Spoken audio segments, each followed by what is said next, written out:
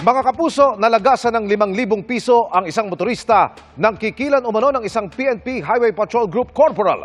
Ang inirereklamong pulis, abay, nanita sa Pasig kahit hindi naman doon nakadestino. Inaksyonan niya ng inyong Kapuso Action Man. Tempo naman ako, boss. Walang-ala talaga. Kulat na ako, kala ko nakatingin ka lang sa akin. Tinignan ko lang, sir. Nung nakita ko sa harap ko lagi, hindi pwede. Baka naman pwedeng bawasan mo. Sir, nasabi ko na. Iyan ang naging usapan sa isang kainan ng motoristang si Aramis at isang PNP Highway Patrol Group Corporal matapos masita sa bahagi ng Ortigas Avenue sa lungsod ng Pasig nitong 12 ng Setyembre. Paano ko ba hinuli nito? Binuntutan niya ako eh. Paglagpas niya, tinitigan niya ako. Huminto siya sa bandang lumagpas na ng konti. Tapos pinara niya ako. Yun na. Doon ako napaisip.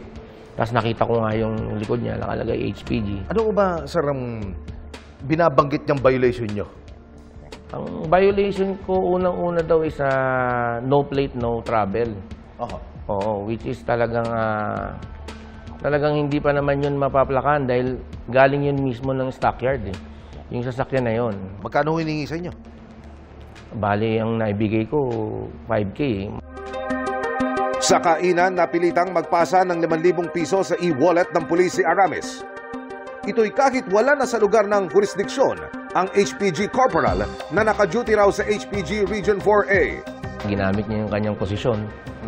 Wala naman akong magawa doon dahil mas may kaalaman sila tungkol doon. Kaya hinayaan ko na lang siya sa mga ganong pagkakataon. Sana hindi na maulit, lalong-lalo na sa ibang tao. Ang nakababakalang sumbong agad nating ipinarating sa Acting Director ng PNP Highway Patrol Group. Una-una, nagpapasalamat ako sa iyo, no, Mr. Aramis, you have the courage to report sa anomaly. In fact, ito yung mga hinihintay namin talaga na mag-report eh. We cannot tolerate such thing. We do not find joy sa report mo, Kaya nag-apologize kami. Naipakita rin sa Acting Director ang lahat ng resibo ng pangungutong. We will file a case, administrative and criminal. That's for sure. Upon the observance of the due process of the respondent. And then, pag na-file ko na yung kaso, I will subject that officer into restrictive custody. Sa ngayon ay pansamantala nang narilib sa pwesto ang HPG Corporal. Sinubukan namin siyang kunan ng panig, pero tumanggi siyang magbigay ng pakayag. Lubos namang nagpapasalamat si Aramis sa mabilis na pag-aksyon.